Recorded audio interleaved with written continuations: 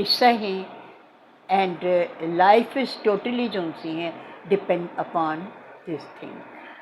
Plant کے اوپر ہے، کیونکہ پلانٹ دیکھیں ہمیں سارا آکسیجن، کیونکہ ظاہر ہے آپ نے دیکھا ہوگا کہ کاربن ڈائی آکسائڈ جو سے ہیں وہ رات کو ریلیز کرتے ہیں اور آکسیجن جو ہے وہ دن کو ریلیز کرتے ہیں۔ جب یہ آکسیجن دن کو ریلیز کرتے ہیں تو کیا ہوتا ہے، آپ اس کو استعمال کرتے ہیں، جاندار اس کو استعمال کرتے ہیں، انسان جانور سب اس کو استعمال کرتے ہیں، لیکن کاربن ڈائی آکسائڈ وہ رات کو ریلیز کرتی ہے اور دن کو آپ دیکھتے ہیں فریش ایئر اور سب ہوتا ہے۔ اس کی وجہ کیا ہوتی ہے، پودوں کے پاس جب ہم بیٹھتے ہیں دن کے ٹائم میں، کیونکہ وہ آکسیجن ریلیز کر رہے ہوتے ہیں اور بہت اچھا موسم لگ رہا ہوتا ہے، آپ وہاں بیٹھ کر انجوائے کرتے ہیں۔ تو یہ ہے فوٹو سنتھسس کا عمل کہ وہ اپنی خوراک کس طرح سے بناتا ہے سورج کی روشنی میں اور کلوروفل کا، اور کس طرح ہم اس کو استعمال کرتے ہیں۔ تو ابھی کے لیے اتنا ہی، نیکسٹ لیکچر میں آپ کو تیسرے کا ہی وہ پورشن ہوگا، تو نیکسٹ میں انشاءاللہ تعالیٰ آپ کو اور مزید کلرفل کے بارے میں، رول آف کلر کے بارے میں بتائیں گے۔ آج کے لیے اتنے اجازت دیجیے، اللہ حافظ، اپنا خیال رکھیے گا۔